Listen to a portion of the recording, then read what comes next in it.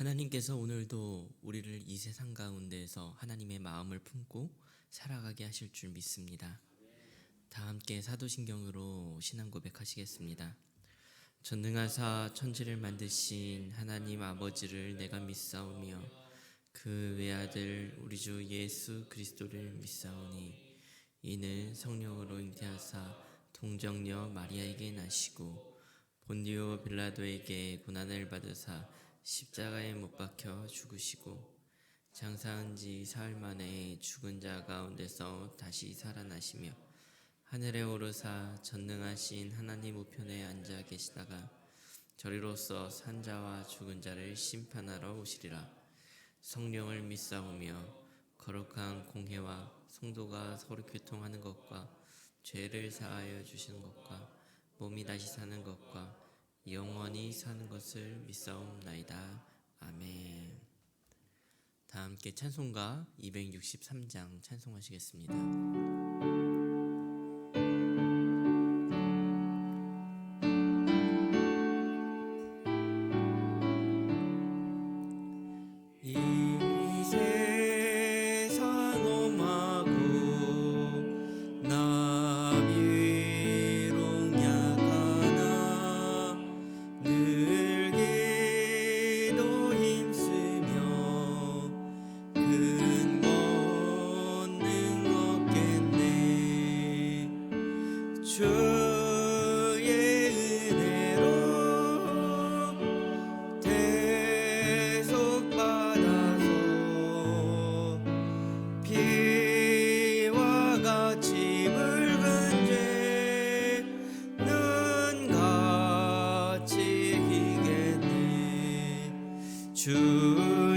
주님의 권능은 한없이 크오니 돌 같은 내 마음 곧 녹여주소서.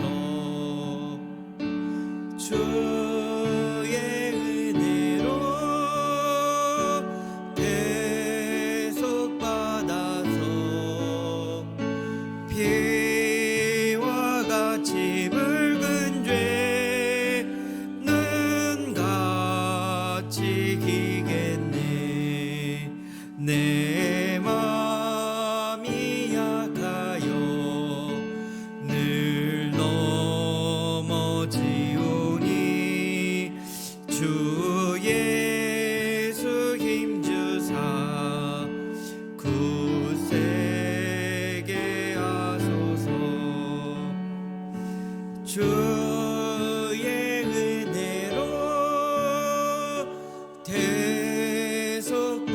대속받아서 피와 같이 붉은 죄는 같이 기겠네. 죄사함 받은 후 새 사람 주 앞에서는 나 늘 찬송하겠네. 주의 은혜로 대속받아서 피와 같이 붉은 죄는 같이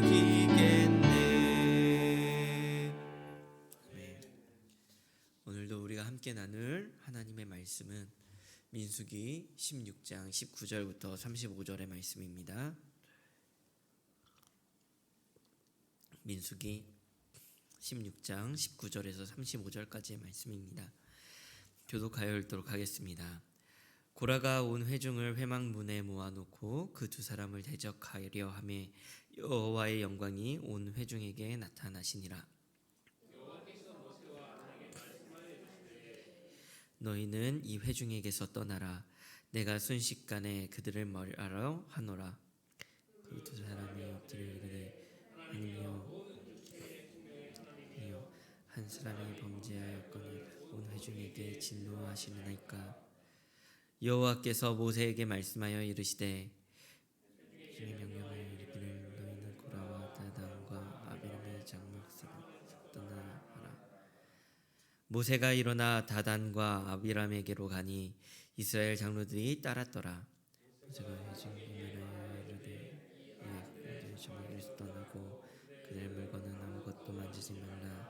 그들의 모든 죄 중에서 너희도 멸망할까 두려워하노라 하매 무리가 고라와 다단과 아비람의 장막 사방을 떠나고 다단과 아비람은 그들의 처자와 유아들과 함께 나와서 자기 장막 문에 선지라. 모세가 이르되 여호와께서 나를 이 모든 일을 하게 하신 것이요 내 이로 말미암았느니라. 곧 이 사람들의 죽음이 모든 사람과 같고 그들이 당하는 벌이 모든 사람이 당하는 벌과 같으면 여호와께서 나를 보내심이 아니거니와 만일 여호와께서 세일을 행하사 땅의 입을 열어 이 사람들과 그들의 모든 소유물을 삼켜 산채로 스울에 빠지게 하시며 이 사람들이 과연 여호와를 멸시한 것인 줄을 너희가 그가 이 모든 말을 마치자마자 그들이 섰던 땅바닥이 갈라지니라. 그들과 그들의 집과 그에게 속한 모든 사람과 그들의 재물을 삼킴에 그들과 그의 모든 재물이 산채로 세월에 빠지며 땅이 그 위에 덮이니 그들이 회중 가운데서 망하니라.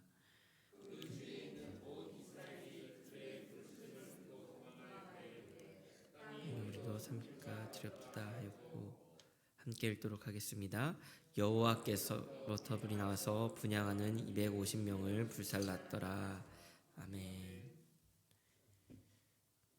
오늘도 새벽 기도의 자리로 나오신 모든 성도님들을 환영하고 축복합니다. 우리는 어제 말씀에 이어서 계속해서 고라의 반역을 보고 있는데요. 고라, 다단, 아비람 그리고 사람들에게 인정받는 250명의 지도자들이 모세와 아론을 반역하였습니다.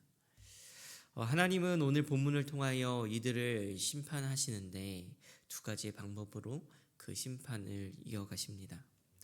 첫 번째는 고라와 다단과 아비람 그 가족들의 장막의 그 선 가족과 그리고 그들의 재물들 모두 산채로 이렇게 빠지게 그 땅 밑으로 빠지게 하시는데요. 29절과 30절은 이렇게 말씀을 하고 있습니다.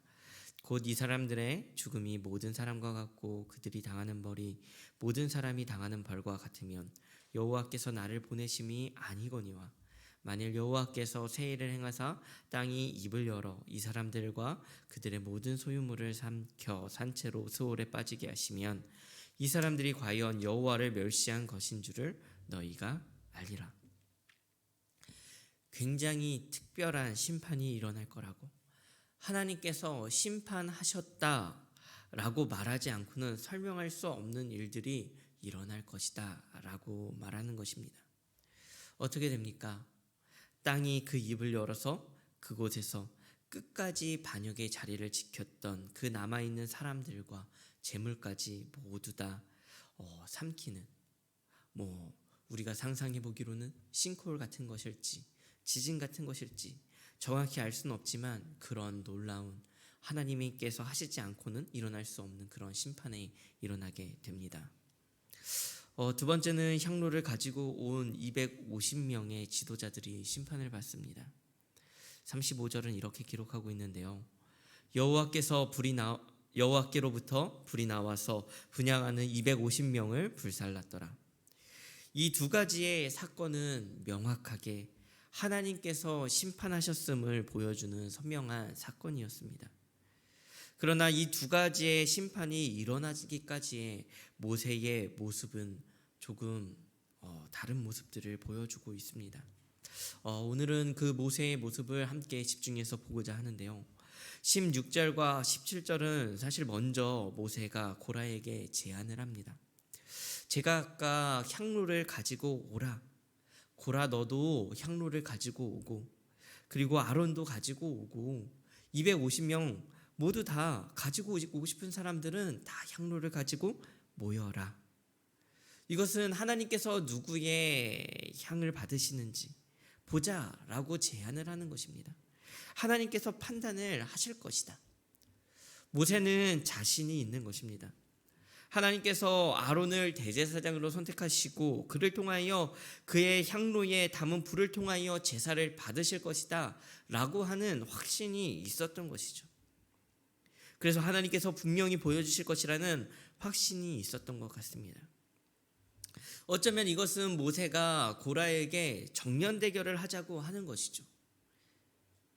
그러나 그 자리에 고라는 한 가지 술수를 사용합니다. 19절은 이렇게 기록을 하고 있습니다. 고라가 온 회중을 회막문에 모아놓고 그 두 사람을 대적하려 하매 여호와의 영광이 온 회중에게 나타나시니라. 여기서 그 두 사람을 대적하려 하매라는 단어를 살펴보면요, 알이라고 하는 히브리어 단어를 사용합니다. 이것은 전치사인데요, 어떤 것 위에라는 뜻을 가지고 있는 거예요. 높은이라는 의미를 가지고 있는 것인데요, 사람들을 모아서 모세와 아론보다 더 높이 있다라는 사실을 보이려 했다라는 의미입니다.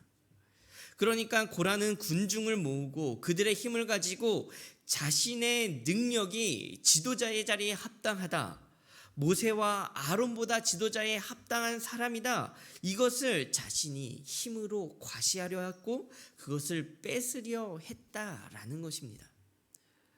모세는 하나님의 판결을 구했으나 고라는 그 자리에서 자신의 힘과 능력으로 모세와 아론의 자리를 뺏고자 했다는 것이죠. 그때에 하나님께서는 이것을 보시고 분노를 하셨습니다. 하나님의 영광이 온 회중에게 나타나셨고 하나님은 이 자리에서 모든 악에 가담한 자들을 다 멸하려 하셨습니다. 그러나 모세와 아론은 그것을 보면서 그 앞에서 오히려 기도를 하는 모습을 볼 수가 있습니다. 22절은 이렇게 기록합니다. 그 두 사람이 엎드려 이르되 하나님이여 모든 육체의 생명의 하나님이여 한 사람이 범죄하였거늘 온 회중에게 진노하시나이까. 이 장면은 시내산에서 이스라엘 백성이 금송아지를 만들었을 때 모세가 백성들을 위해서 하나님께 간구하였던 것 같이 똑같은 기도를 하는 것입니다. 출애굽기 32장 10절부터 11절은 이렇게 기록을 하고 있는데요. 그런즉 내가 하는 대로 두라. 내가 그들에게 진노하여 그들을 멸하고 너를 큰 나라가 되게 하리라. 모세가 그의 하나님 여호와께 구하여 이르되 여호와여 어찌하여 그 큰 권능과 강한 손으로 애굽 땅에서 인도하여 내신 주의 백성에게 진노하시나이까. 모세의 기도는 다른 사람들을 위하여 애절하게 중보한 중보 기도였습니다. 회중의 생명을 위하여 간구하는 철저한 중보 기도를 하였습니다. 오늘 본문에서도 자신을 대적하는 그 사람들에게조차 그 사람들을 위하여 중보합니다. 모든 육체의 생명의 하나님이여 한 사람이 범죄하였거늘 온 회중에게 진노하시나이까. 죄는 한 사람이 졌습니다. 나머지는 고라의 지도력에 의하여 어쩔 수 없이 자신의 의지와 상관없이 부주 중에 지은 죄, 그러한 죄를 범한 사람들 아닙니까?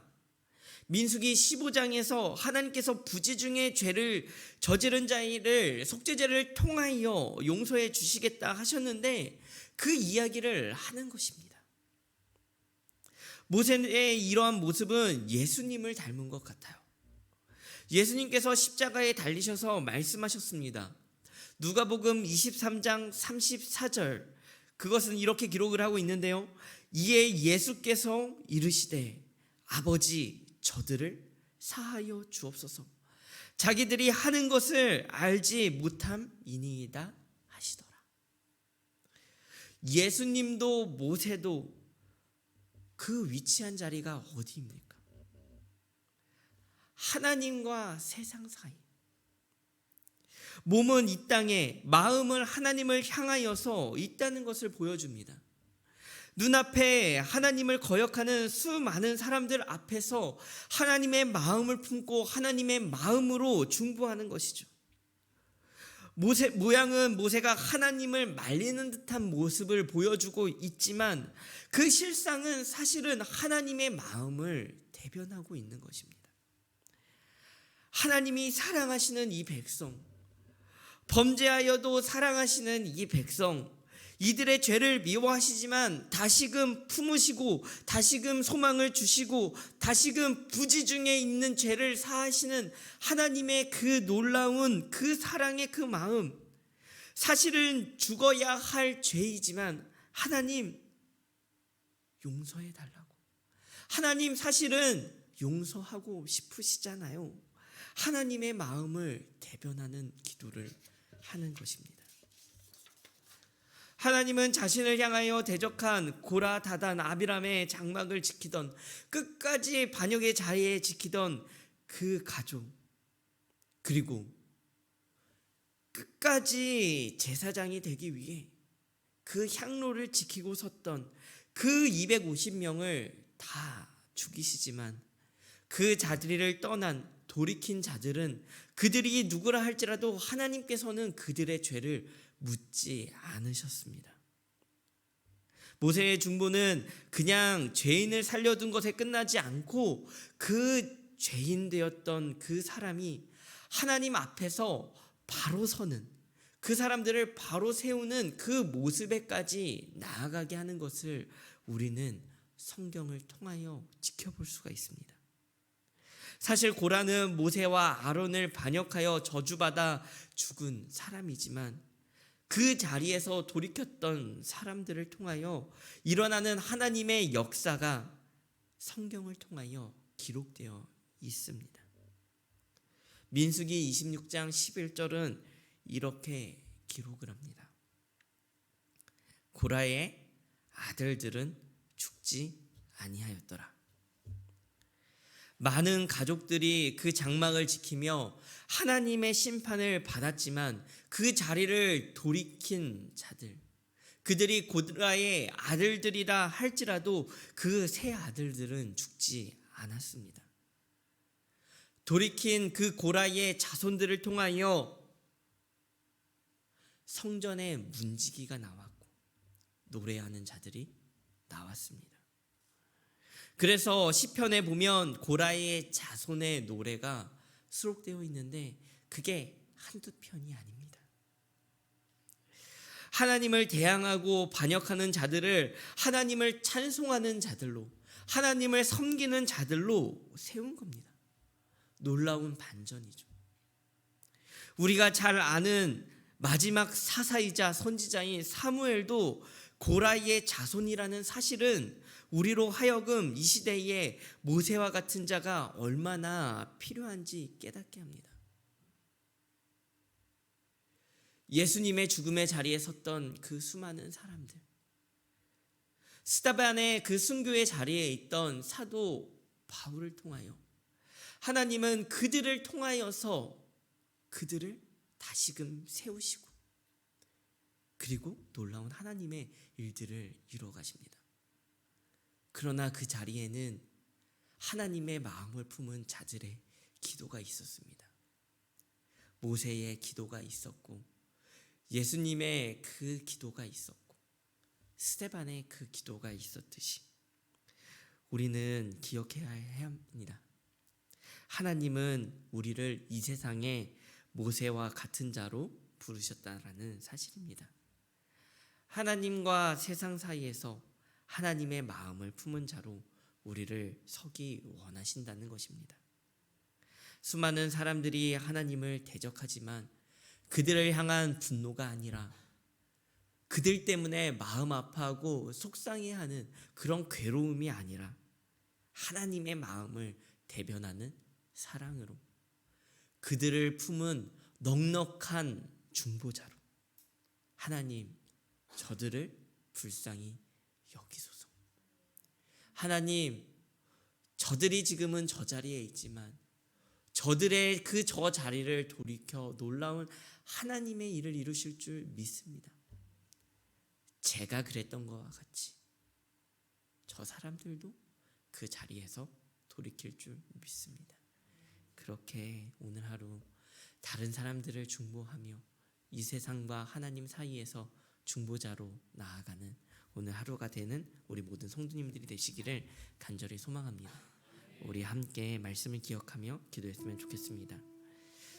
하나님, 첫 번째로 기도하실 때는 하나님과 세상 사이에서 하나님과 세상을 잇는 하나님의 사람, 중보하는 중보자가 되게 하여 주옵소서라고 기도했으면 좋겠고요. 둘째로 기도하실 때는 매 순간 하나님의 마음을 헤아리게 하시고 현실에 집중하기보다 그것을 통하여 더 큰 일을 이루시는 하나님의 뜻을 마음에 담게 해달라고 기도했으면 좋겠습니다. 마지막으로 교회를 위해 기도하실 때는 16 다락방을 위하여 말씀을 가지고 삶을 나눌 때에 성령님의 일하심이 순원들의 입술을 통하여 증거가 되게 해달라고 기도했으면 좋겠습니다. 우리 이렇게 오늘 기도하면서 오늘 하루 기도의 자리로, 오늘 하루 하나님께서 원하시는 그 기도의 자리로 나아가는 하루 되기를 소망합니다. 다 함께 기도의 자리로 나아가도록 하시겠습니다. 기도하시겠습니다. 하나님 함께하여 주옵소서. 하나님, 오늘 이 기도의 자리로 우리를 시작하게 하심에 너무나도 감사합니다. 하나님, 오늘 우리가 이 기도하는 이 자리가 얼마나 귀한 자리인지를 돌아봅니다.